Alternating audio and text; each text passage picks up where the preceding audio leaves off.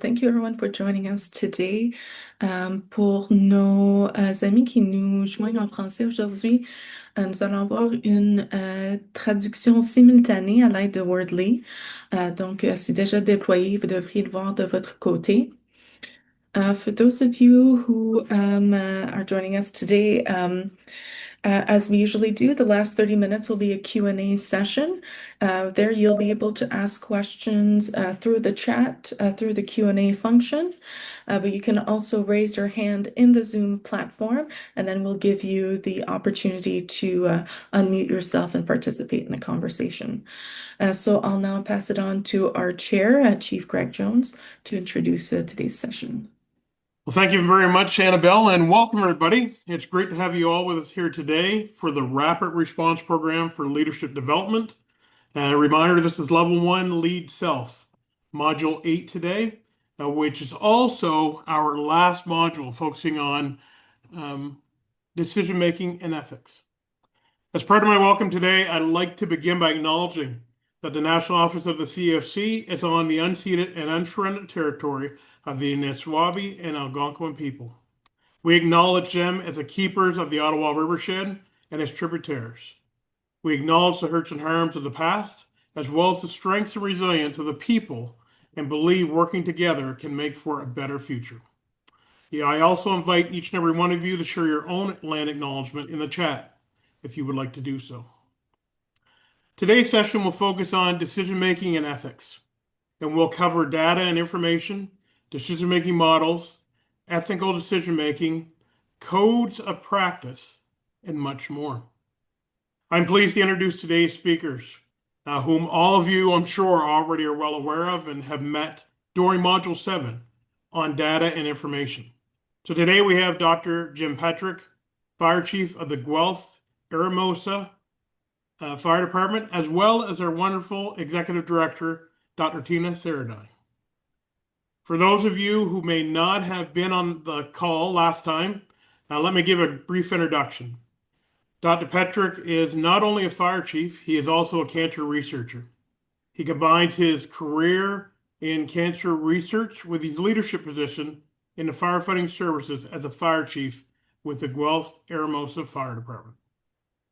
This role gives Dr. Petrik the opportunity to bring his cancer research expertise to addressing the alarming increase in the incidence of many different cancers amongst firefighters.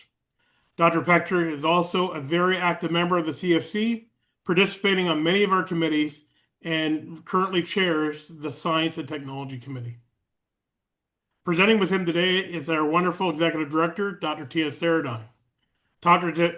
Saryeddine, if you may not know, has her PhD in Health Services Management with the University of Toronto, and is an adjunct faculty appointment with the Telfer School of Management at University of Ottawa, where she previously completed her Master's of Health Administration. Prior to coming to the CFC, Tina spent 20 years in the health sector with healthcare providers in both regional and national associations.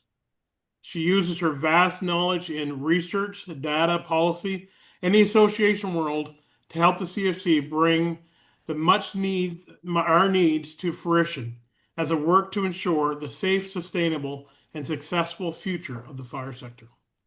So without further ado, I'd like to pass it over to our speakers today, Jim and Tina, and I turn it over to you, and thank you very much. Thank you, Chief Jones. Thanks for the warm introductions. And Chief Petrik is going to start us off. So Chief Petrik, over to you. Yeah, thanks so much. Thanks, Chief Jones. Thanks, Tina. Really looking forward to interacting with the group today on this really exciting topic. So we go to next slide, please, Tina. So the content of today's talk is split up into a bit of a review of what we did last time to make sure everyone's caught up and on the same page about the overall overarching goal about how we use data and decision making. And then Tina's going to take over and talk about ethical considerations, which is a really critical, important part of making good decisions as a leader. So we'll start with some review on data and information, and then we'll talk a little bit about incorporating ethics in our overall decision-making portfolio. Next slide, please, Tina. So just as a reminder, we kickstarted our module 7 with on data with a scenario to kind of create a framework around some of the topics we were going to discuss. And the scenario was that as a fire chief, we've been hearing concerns that we have a potentially toxic chemical that's present in our firefighter gear. And the fire chief's goal was to get a better understanding of the issue.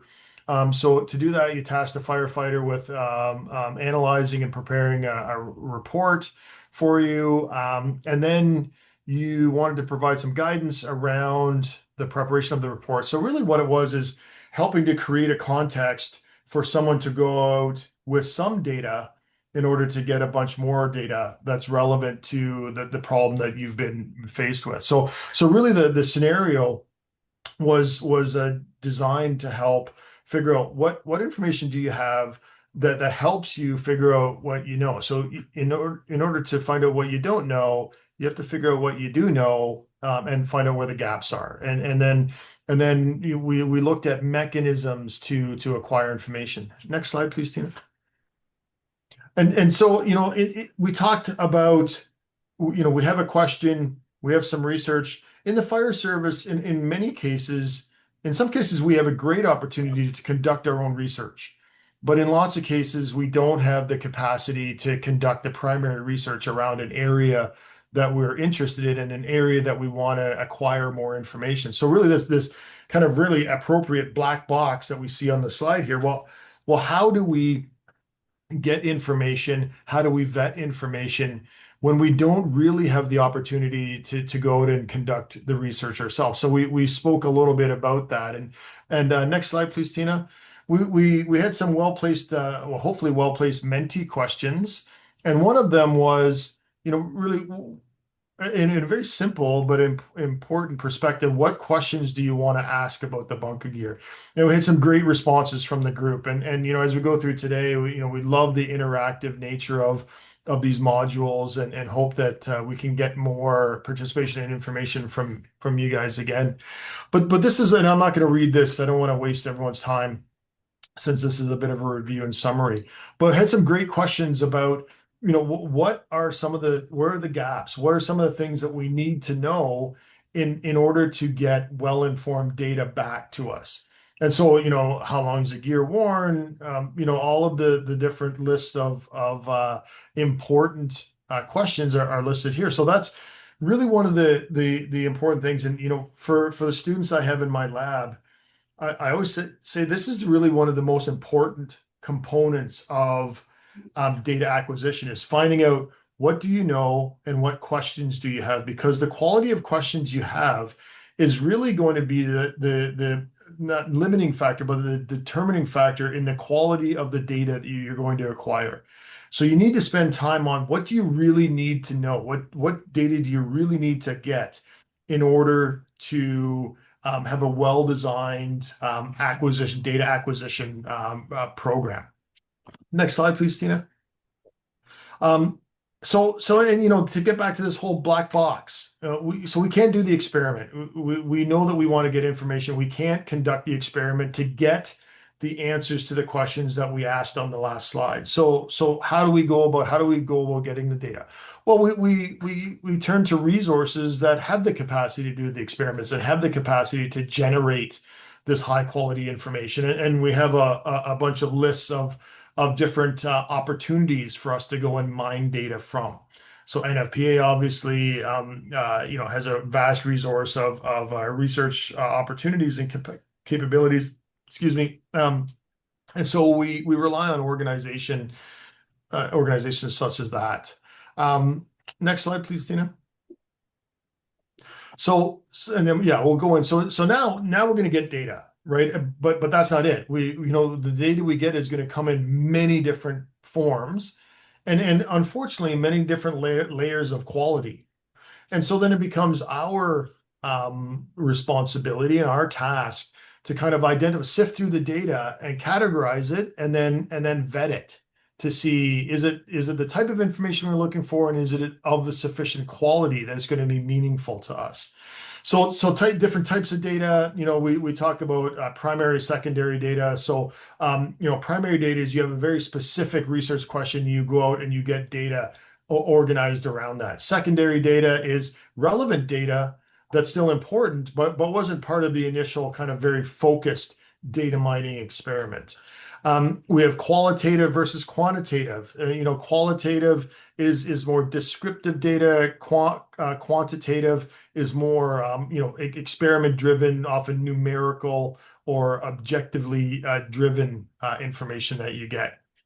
And we have statistical and descriptive. We talked about all of the ways to look at the different types of data that we're going to get, whether it's research based, whether it's we go out and it's more descriptive or experiential type data. And we talked a little bit about how to incorporate do we need to weight the data differently, whether it's descriptive or qualitative, et cetera. And we talked about some issues and some thoughts around that. Next slide, please, Tina. Basically the information that we get is just information. And it's only data until we start, applying the data to the context of our question. So data on its own is just information.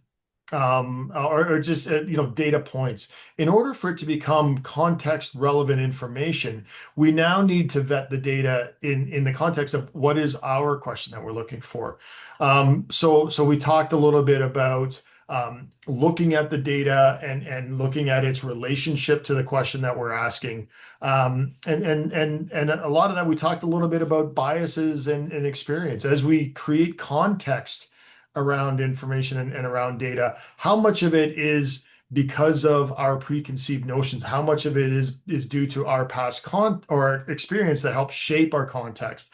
So we talked a little bit about being aware of biases, being aware of your past experience and how that's a benefit and sometimes how that's a limitation and creates some gaps. Next slide, please, Tina.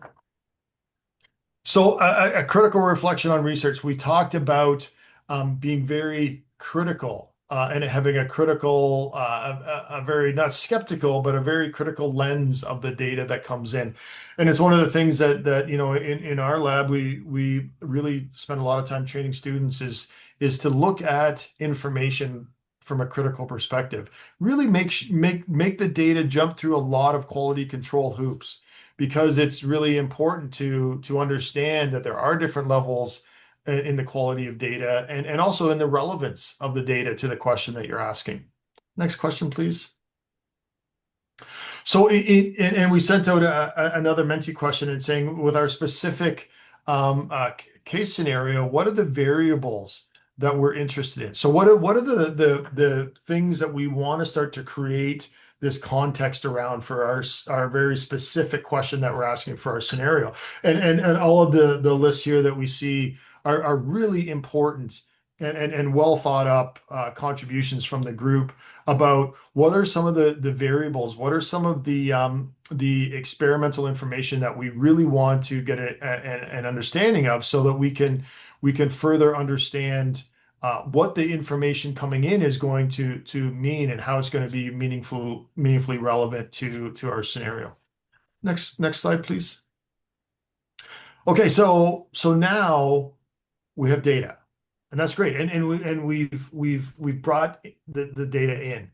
So we brought the data in, and then we've ascribed with some of the questions that we just went through and asked in the last slide. Now we're starting to organize, we're starting to compartmentalize data, and that becomes information. Now we have data, just small data points that are now becoming more intelligent. We've ascribed connections, and we've ascribed context, and now we use that information to develop knowledge. And knowledge is a personal thing. It's basically a way to enhance the contextual relevance and the understanding of information. Now we're starting to make much more connections between otherwise disparate groups of information or groups of data. And then so we create knowledge networks. And then ultimately the next level is wisdom. How does that inform the next step? How do we use this knowledge to make even higher level connections and further our understanding of a specific topic. Next slide, please, Tina.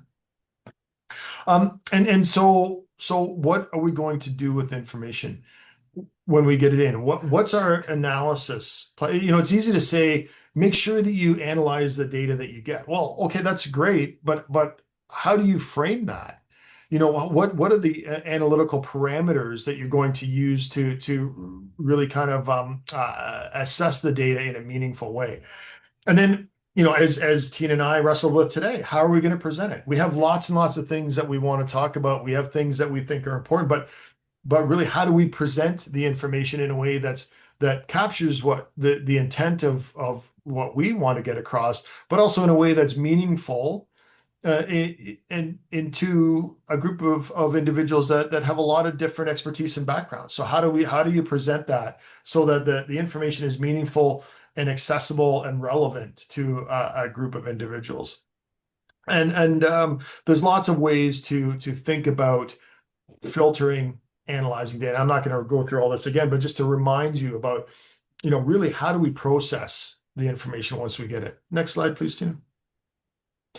And so when we look at this upside or this triangle from the bottom up, when we get data, we process the data to get information. We bring in our existing knowledge base or our existing information base. We make these connections that then elevates that to our basis of knowledge. And then the knowledge that we acquire from the data then needs to be further vetted, processed to create wisdom, and then shared in a meaningful way to others. And when we share that knowledge and that wisdom, we very necessarily have to be open to feedback from other people that have different perspectives. Because, the way I look at something is very monoclastic and is based on my experiences. And I would never be egotistical enough to say my way is the right way. We have to be open to different perspectives and different interpretations of the data so that we can create a more cohesive, unified interpretation of the data. It's not great for Jim Petrik to say this is what the data means. When we come with information to say this is what I found, this is where I think it's leading the thought process, but we need to get the other opinions and the other perspectives. Next slide, please, Tina. So really, for the bunker gear report that we're looking for, this is just a reminder because, as we go through, as Tina's going to start in just a couple minutes about, bringing ethics into it. This is just to kind of encapsulate the goal of what we set the scenario. The scenario goal was to get a report on the bunker gear. And so this is the table of contents or the overarching kind of anchor for how we're going to use data and use information to ultimately generate this report on this bunker gear scenario. Next slide, please, Tina. And now I think, am I turning it over here to you, Tina, or just a couple more slides? Yeah, perfect. Right. So just to capstone, just the last couple things around decision making, and then I'll turn it over to Tina. Is we talked about and Tina led a great discussion on decision making models, and I'm not going to go through all these again, but there are different approaches to making decisions based on the data that you get, and I don't want to rediscuss this. The goal of this slide is just to remind everyone that there's not a specific way to think about data and to use data to make decisions. And we talked about this last time about, based on our needs, based on the ultimate goal, may inform us about what type of different model we're going to use to assess data to ultimately make a decision that's relevant to the problem that we're being faced with or for the needs of the organization or the needs of the situation. Next slide, please. And now I'll turn it over to Tina, and she's going to talk about, as you can see in the very last, the feasibility, the very last bolded bullet point is the ethical considerations. We talk a lot about all of the other implications, social, economic, political, and those really are very powerful drivers of the way we formulate our decision making. But Very importantly, and particularly I think in the fire service is, how did the ethical considerations help us shape important decision-making outcomes? Tina, I'll turn it over to you. Thanks. Thanks so much, Chief Petrik. That was a great overview. And I love what you said about there are different ways to view all of these problems. And I think it gives me a little bit of a good segue to tell all of our participants that what I'm going to say is one perspective. Each one of you could probably do this presentation and you would do it in a different way. And so I think Chief Petrik has probably summarized the rest of the presentation with one word that he didn't say explicitly, or maybe two, or maybe three, but not to put words in Chief Petrik's mouth. But he kind of said, he would view it one way, others would view it another way. And that word is around humility. And also when Chief Petrik showed you the table of contents and the considerations around data and decision making and what we don't know, he was really talking to you about accountability, humility. And when he was talking to you about showing the data and showing how you're presenting it and showing about the cautions and the limitations, he was talking to you about transparency. And so what you're hearing is, even though data is very hard and fast, in some ways not, but it can be, even though it's like, okay, that's 20, there are 20 eggs in the basket. There's many ways to interpret this. And I think some of you will find what I'm going to say interesting. And I think some of you will find what I'm going to say rather unsatisfying, because we're not going to come to, this is the story. This is the conclusion of the bunker gear case. You all know it's very complex. So what we thought we would do was to take a look at how do other professions deal with these problems, which are messy. And I know many of you have many backgrounds because fire is extremely talented and comes from different perspectives. Some of you may have been technical in other subject matters, teachers, lawyers, engineers, electricians, plumbers. So people bring many different perspectives, like Chief Petrik says. I'm going to say something that you probably didn't expect to say today, which is to tell you how the Canadian College of Counseling and Psychotherapy handles ethical problems, because I've never seen anything like it.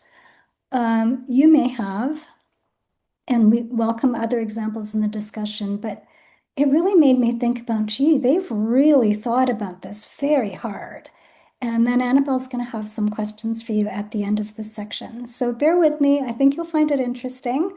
But I warn you in advance, there's no, and this is the answer to the question about bunker gear. So Annabelle, I'm going to ask you to help keep me on time because I can't see my clock anywhere. What time is it now? It is currently 12:26. Okay, so can you give me heads up at 10:02? Yes, of course. Okay, thank you, my friend.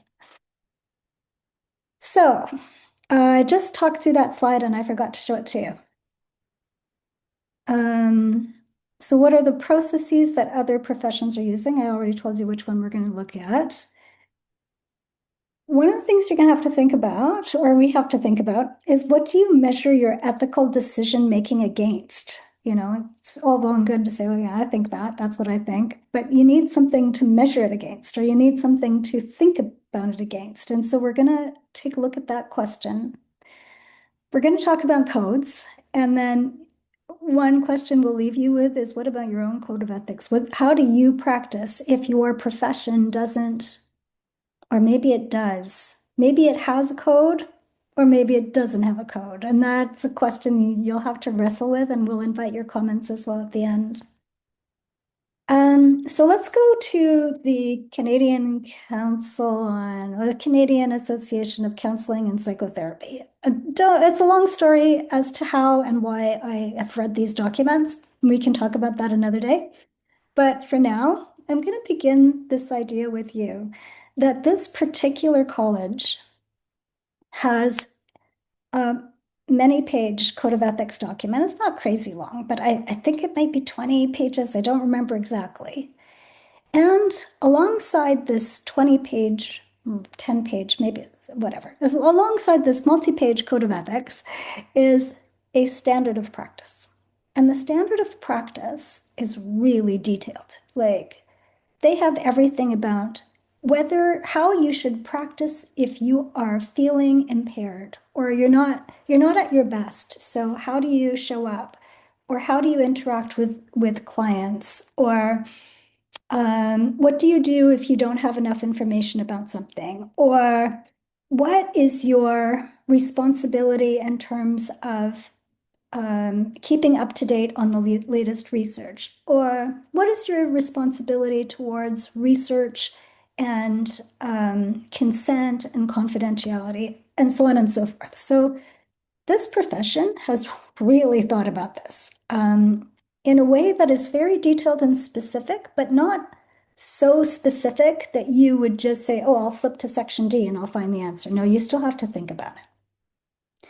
So I need you to know this, that there is this document called the Code of Ethics and a document called the Standards of Practice that go hand in hand, that they work together, because they have also outlined 3 methods of thinking about a problem with ethical dimensions in it. So 3 methods. And I guess the question for you to think about is, what's your method?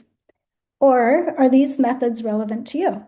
Can they be used in our sector, or do we need to have a different method, or do we even have a method? And again, like I said, many of you could do this presentation and it might sound quite different when you do it. So let's take a look. So I told you that you need to have something against which to measure your ethical decision-making, or to anchor your ethical decision-making. You may not be measuring it, you may be anchoring it against something. So for this profession, for the counselors and psychotherapists, they use these principles. Beneficence, meaning being proactive and promoting the best interest of clients. Fidelity, honoring commitments, being loyal. Non-maleficence, not doing anything that could harm anyone. Autonomy, respecting the individualness and choice of clients. Justice, respecting the dignity of all. And societal interests, which is considering the broader context. So that's what these principles, that's what this profession uses as its anchor. And like I said, these translate into a 7-page ethics document and a 40-page codes document, or sorry, I can't remember the number of pages. So I think I got my slides mixed up, but I'm not sure where it is, so I'm just going to stay on this one. So we have 3 different methods of doing decision-making. One of their methods, which is their second method, is called virtue-based ethical decision-making. And it is based on the idea that there are different virtues and principles against which one must consider decision-making. There's no step-by-step methodology, but here are some of the questions that they encourage people to ask.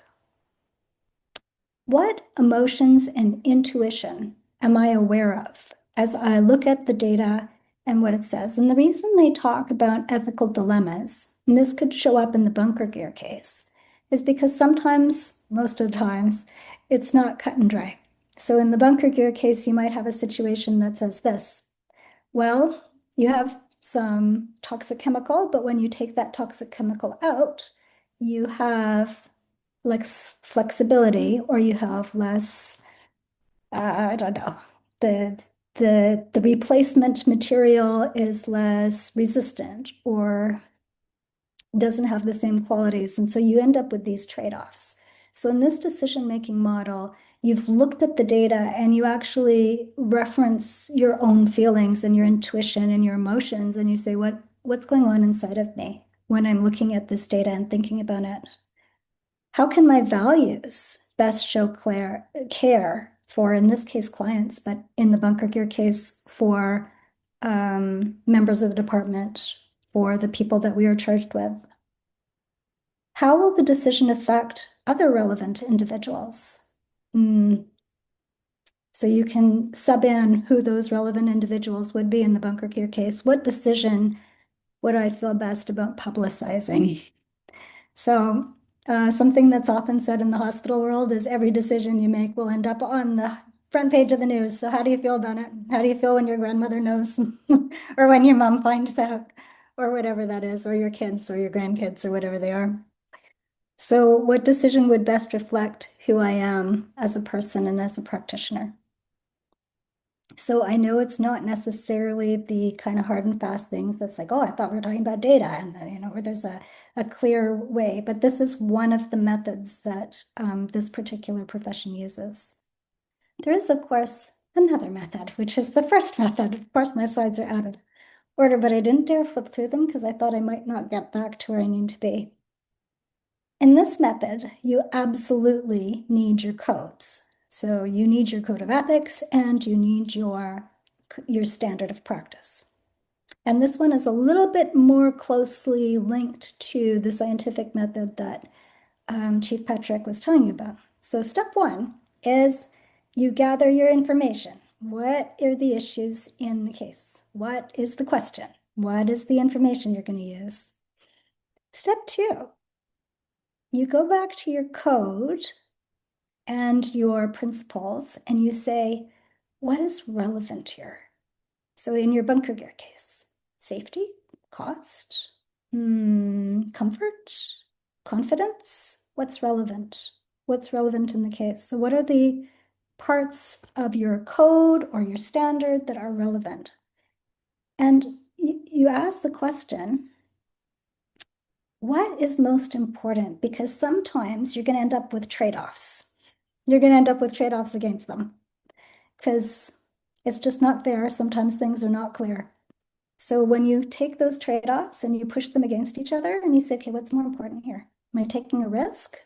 I have too much cost? Or is the risk is too high? Have to raise the money. So what is the trade-off? What parts are you trading off? And you recognize that you may have a trade-off, but you are doing that eyes wide open and in full presence, full consciousness. I thought about this. I did not think about it. So you're applying, what this is really saying is you're applying a logic, and in other frameworks, that's called accountability for reasonableness. So you state, this is what I'm doing, this is why I'm doing it. Here's my logic, here's my rationale, and you're accountable to it, and you recognize where the pieces are. So some of the I remember I read a great piece by Chief Matt Pegg or ADM Matt Pegg, I guess he is now. It was really about preparing for council and preparing what he called the snake pit, where like all the messy, difficult questions, and sometimes there are going to be really difficult questions that have to be answered. And again, something that I find very different from sort of the more traditional business culture is what do my emotions and my intuition say? We're often told like, oh, keep your feelings out of it. And this is the opposite. It's like, no, invite your feelings in, invite your intuition to come and talk to you a little bit about what, looking at the data, looking at all the pieces. And it goes back to different ways of knowing. And it's not saying make an emotional decision. It's not saying just, follow your gut. No, that's not what this is. But it's about incorporating all the types of information like Chief Petrik says. And then having a plan of action to say, okay, these are the trade-offs and how am I going to plan for that? This was the second one. Sorry about that. We did this one already. There's a third one. And they call it the quick check method. This one's really interesting. I'm not sure how I feel about it, but I guess some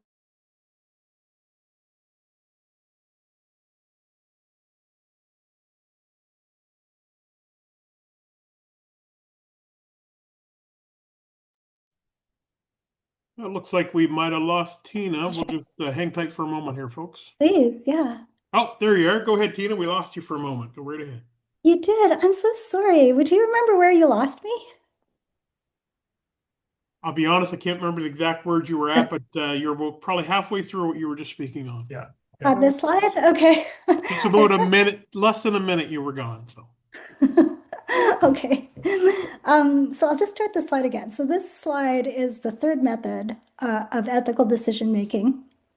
And what I was saying was that maybe it's not the best motivation for how you make a decision, but it might help you to catch any.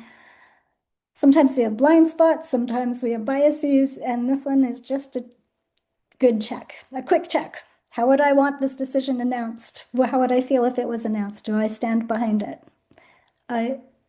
Would I make the same decision for everyone? Universality. If every counselor, well, let's not talk about counselors, but does it apply to everyone in the same way? And is everyone being treated fairly in the decision? So that's the third method that they use. So those are three methods that a different profession uses. And I chose it because I feel like it is more detailed than most of the methods that I've seen, but you might tell me otherwise, that there are some other more detailed methods that you can include. Now, Chief Jones, I notice Mary has her hand up. Was that to alert us to the missing internet, or is there a question? unfortunately, I can't see that. Okay. Oh, there it is. I see it now. Mary, can you tell us a review of something? Just 1 second.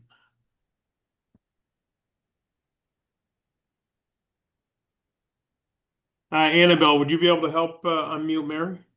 Yeah, I've given her permission. Okay. You can ask her to mute. Go ahead, Mary. Sorry, go ahead. Sorry, I just I didn't mean to, I apologize. I didn't mean to raise my hand at all. Thank you so much for No noticing worries at and all. happy to be here. Sorry. No worries. Thank you. worries, Mary. We're happy to have you here. It gave me a moment to pause anyway. Oh, I'm sorry. Again, I apologize for the interruption. It was all planned. Thank you. That's good. Thank you. So we talked a little bit about how different profession goes. And so Chief Petrik and I looked at, well, what do we have in our profession? And forgive us if we missed the obvious. So we just looked at a few. We didn't find a lot in Canada, but tell us if we missed them. So Firefighter Code of Ethics from the U.S. Fire Administration. Let's look at this one. I understand I have the responsibility to conduct myself in a manner that reflects the proper ethical behavior and integrity. In so doing, I help foster and continue positive public perception of the fire service. So I pledge.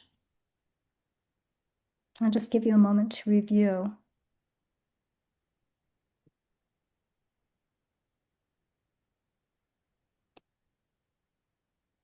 So the focus in this one is how the public views the behavior. To conduct myself on and off duty, to accept responsibility, to support fairness and diversity, to avoid situations that would affect credibility in the public, to be truthful and honest, to conduct my personal affairs in a manner not improperly influencing my performance, to be respectful and conscious of everyone's safety and welfare. Really beautiful concepts, really seem to be anchored. I think there's more to this one, just a sec. But really seem to be anchored in how others view the profession and the firefighter. Recognizing service and public trust, exercising professionalism and competence, avoiding financial investments where there are conflicts. Never propose or accept personal rewards, privileges, benefits, or manage conflict of interest. Never engage in activities involving alcohol or substance use or abuse that can impair ability to perform. Never discriminate. Never harass, intimidate, or threaten anyone. Use social networking and electronic communications responsibly. I get goosebumps. I think some of those are quite relevant. I don't know if we have that here. These are from the U.S. Fire Administration. That's not the only one. There's others. IFC Code of Ethics. Very similar to the National Fire Administration, or the U.S. Fire Administration, they don't call it that, the U.S. Fire Administration. So I actually think this was probably developed in tandem. There's no reason why this would be so different from the US fire administrators. It does seem to have a few differences and nuances, but conduct yourself on and off duty in a way that's reflecting positively on everyone, your family, and the IAFC. Accept responsibility, support fairness, avoid situations where you're in a conflict, where you lose public trust, you're truthful, personal affairs and manners that don't discredit the IAFC, etc. You can see it's very related to the US Fire Administration one. Again, you can see the same things. Don't get into conflict of interest situations. Don't propose personal rewards. Don't discriminate. Don't harass. Comply with laws. Refrain from endorsing commercial products. Again, this is directed probably to the members of the IFC. And using social networking, electronic communications properly. So the only difference really here is that they're actually talking about vis-a-vis the association as well. We talked about that. There are a standard of practice and code that are used by the Public Service of Canada, but what I find really interesting is that our now Prime Minister published his book, Mark Carney, Mark Carney, our Prime Minister, published his book called Values. I was reading the title as his name, but his book is called Values. And I had a chance to read his book. It's very interesting. It really explains a lot of financial systems.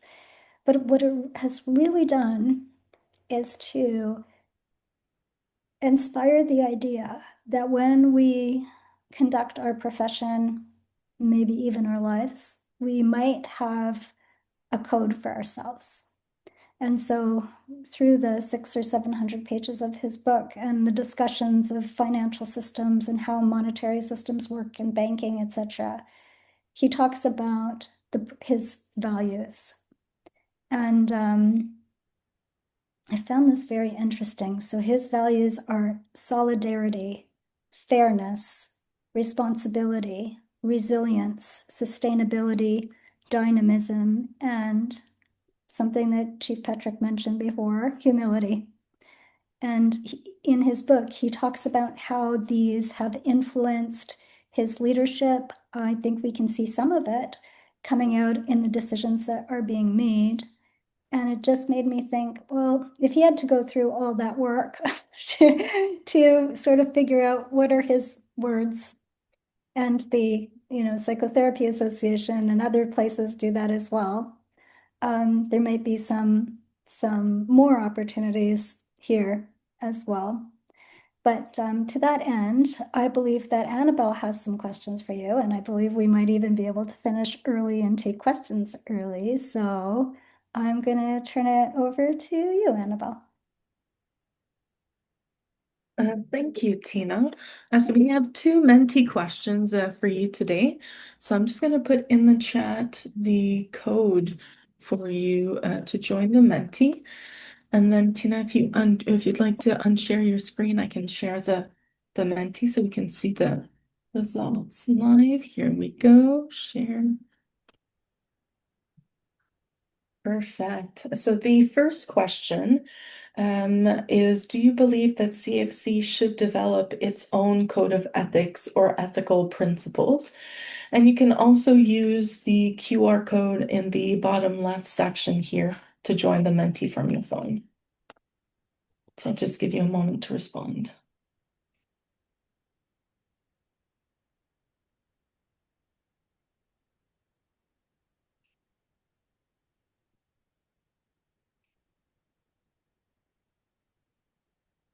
Actually, Go ahead. I was going to say, it looks like there's a convergence of opinion on this particular question. I hope people don't feel obliged to say yes. You can have a different perspective, but I wonder if there's a way, Annabelle, for the next question not to be shown until everybody's had a chance to answer.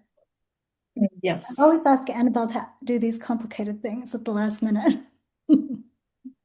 You think you can? Yes, I just had to find my. But give folks a chance to, there's still some people that are probably just logging in and trying to. Okay. But anyway, suffice it to say, I think most of the participants agree with this question.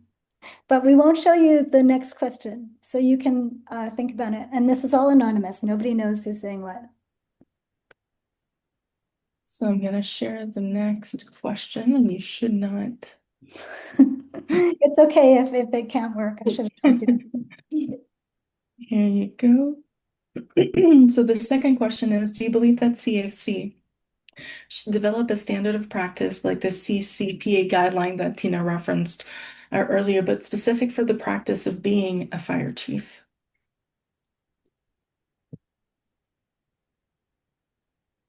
Well, something's happening back there. Yeah, it's just to fill the Yeah. for the quietness. We have 19 responses so far, 21. Okay. So just let me know when you want me to go ahead and display them.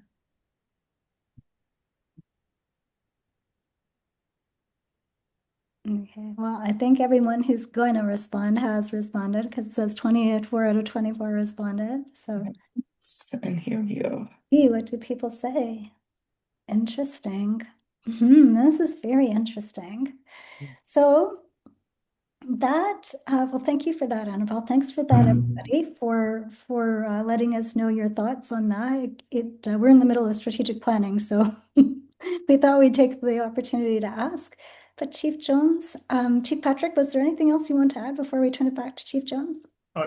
No, just thanks for a great session, Tina. As always, put together a lot of great information and a really important topic. As I mentioned before, something that we try and convey to the students here at, in the lab, as well as we get a lot of information, we get a lot of data, but it's on us to figure out how to manage it, how to incorporate it in a meaningful but also ethical way. And I think you've done a really good job of highlighting that really important component. So thanks for that, and thanks for the opportunity to participate in this. It's been a great exercise, and as part of leadership, how to look at information and how to use it and make good decisions and ethical decisions it's really a critical part of our job. So yeah, appreciate the opportunity. Thanks, Chief Petrik. Thank you to you all. Thanks, Chief Jones and Annabelle and Ria. So over to you. No, thank you very much. And Chief Petrik and Dr. Saryeddine, thank you very much for the information today. So everybody in attendance, now it's your opportunity. If you have some questions or anything you'd like to ask of our panel today, please go into Menti, or sorry, not in Menti, but in Zoom below. Use the raise hands function, and you can also put comments into the chat. And as I see your names come up, I will call on you, and Annabelle will do the magic in the background so we can have a chat. So anybody have any questions at all, please? One thing I'll ask folks, both Chief Petrik and Dr. Saryeddine, when you think of decision making and ethics and everything that you've talked about in this session and your previous one, what would be a piece of advice you would give to any chief officer or any person in a leadership function in the fire service or any function at all? Things that they should always consider as their primary, no matter what, when making decisions and making sure that the ethical lens is there in the background. It's a great question. Go ahead. Go ahead. Thanks, Chief. That's really the critical question. Really, is that so? So for me, I really value the input of other people that I trust, that have expertise and don't have an agenda. I like to formulate ideas, but before I've always viewed leadership as not sitting at the head of the group.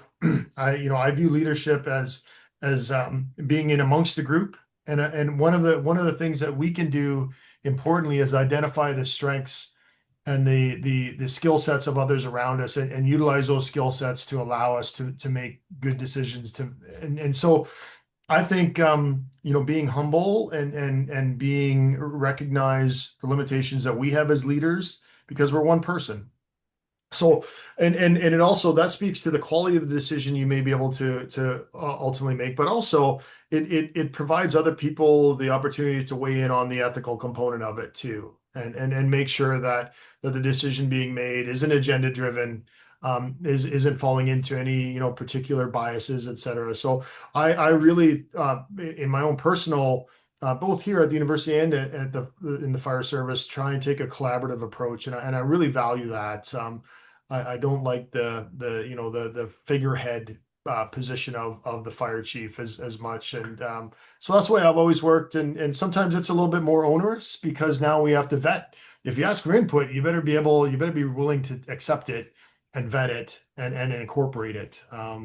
So that, I don't know if that answers your question at all, but that's kind of how I look at decision making in the fire service. No, that's perfect. That's exactly how I would look at it. Dr. Saryeddine, you want to add anything to this? Thanks, Chief Jones. Tina's fine. You know, I think what Chief Petrik said is really important because there is so much pressure on fire service leaders. Whether you're the chief or a company officer, whatever your role is, there's a lot of pressure. And so one of the things I would add to what Chief Petrik said is checking in with yourself. So this course was called Lead Self. So somebody told me once, I really liked this when I was a new careerist. You're the CEO of yourself, first and foremost. So check in with yourself. How are you feeling? How are you doing? What are the pressures, especially around some of these questions? Like some of these questions, just like wrong, wrong, wrong. So those that were at Fire Rescue Canada would have met John Vaillant, who wrote about Fort McMurray. And in it, he talked to some of your colleagues, two of the fire chiefs, and they were quoted as saying, no matter what I'm going to choose, it's going to be wrong. If I tell people to evacuate, wrong. If I didn't tell people to evacuate, wrong. And so that's an awful position to be in, right? When it's like, no, you're not going to make everybody happy all the time. So my long-winded answer is sort of just check in with yourself and be comfortable with yourself and know where you need to do self-care, even if you have a lot of data. And once you check in, then have confidence with your process, with the process that Chief Petrik described, and with your own code, have your own code. I know that sounds a lot more easily said than done, but that's my own thinking for today. Thank you for that question. No, thank you very much for that. When the Leadership Development Committee talked about the sessions we need to do and the different divisions, how we want to do it, lead self for us was extremely important, especially the lens of chief officers and even firefighters looking at themselves to see how they kind of fit in that bubble for sure. I chuckled earlier when Tina, you mentioned about the snake pit and the article from Matt Pegg. Yeah. And I chuckled because I remember reading that years ago. Yeah. And I remember getting ready for a council meeting and I had read that and I kind of prepared myself and thought, you know what? They're going to rip me apart in this meeting. I'm going to check myself before I go. And unfortunately, they didn't ask me any questions, but I was ready for it. So You're ready. and it's always one of those things in the background that as leaders, we always have to think of the big picture, how it applies to us and kind of how we fit into that puzzle at the end of the day too. Haven't seen any other questions online, but is there anything else that either one of you would like to provide as some perspective or some encouragement to anybody out there that may be questioning if their decision making or their ethics is in the right spot at all? I know you've done a great job already shaping it, but is there any last little things you could think of around that? The only thing I could maybe mention, Greg, is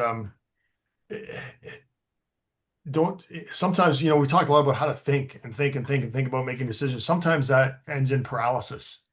And so just to make sure that everyone's aware that we can overthink things too, right? And we want to get as much information to make a good decision, but then go ahead and make your decision and be confident and stand, be able and willing to confidently stand behind your decision, because like Tina said, there's lots of situations where there's no perfect answer or response or decision to be made. So you take the information in, and sometimes in acute emergency situations, we're tasked with making important decisions with very limited information and very limited data. And when we have to make a decision, and so do the best you can, be as ethical, be as collaborative as possible. But then when you make your decision, go for it, and own your decision, because lots of times someone is looking to us for a decision. Ultimately the buck stops at us in certain instances, and a decision needs to be made.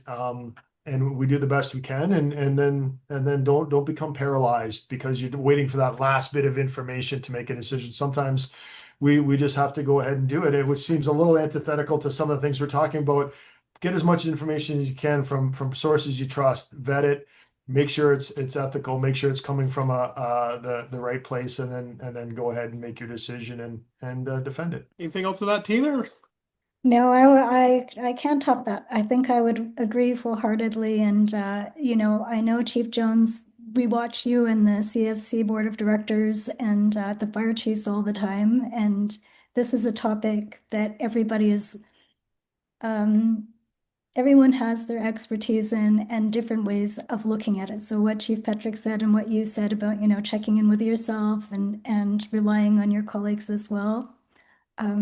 I think we'll all develop the answers together, and I like the answers to the two questions. And Chief Jones, maybe that's something that we talk about with the board as well. So No, I sounds won't, great. I won't go on any further because I do think this is it. I think we ended the session. So Yeah, I think you guys did a fantastic job, a great job. There's nobody's got any questions. You covered everything, so I think it's awesome. Annabelle, is there any housekeeping things we need to close out on today before we go there? Yes, absolutely. So this was the last session of the program. So congratulations, everyone. As with all the other module, we will be in touch with a quiz for Module 7, but there will also be a post-test that will follow a little later on. It's not graded. It's just really to collect your self-assessment and some feedback on the program before we turn it into an asynchronous version for future learners. So keep in touch with that. And I'll also be in touch with everyone if you've missed a quiz here and there to remind you of what you missed so that you can get your certificate for the program. No, thank you. Thank you very much for that, Annabelle. And Jim and Tina, thank you very much for your information today, the preparation you've done for this session, and the way you've answered our questions. For all of our folks that are joining us for the session today, thank you very much for joining us. Thank you for sticking with the lead self.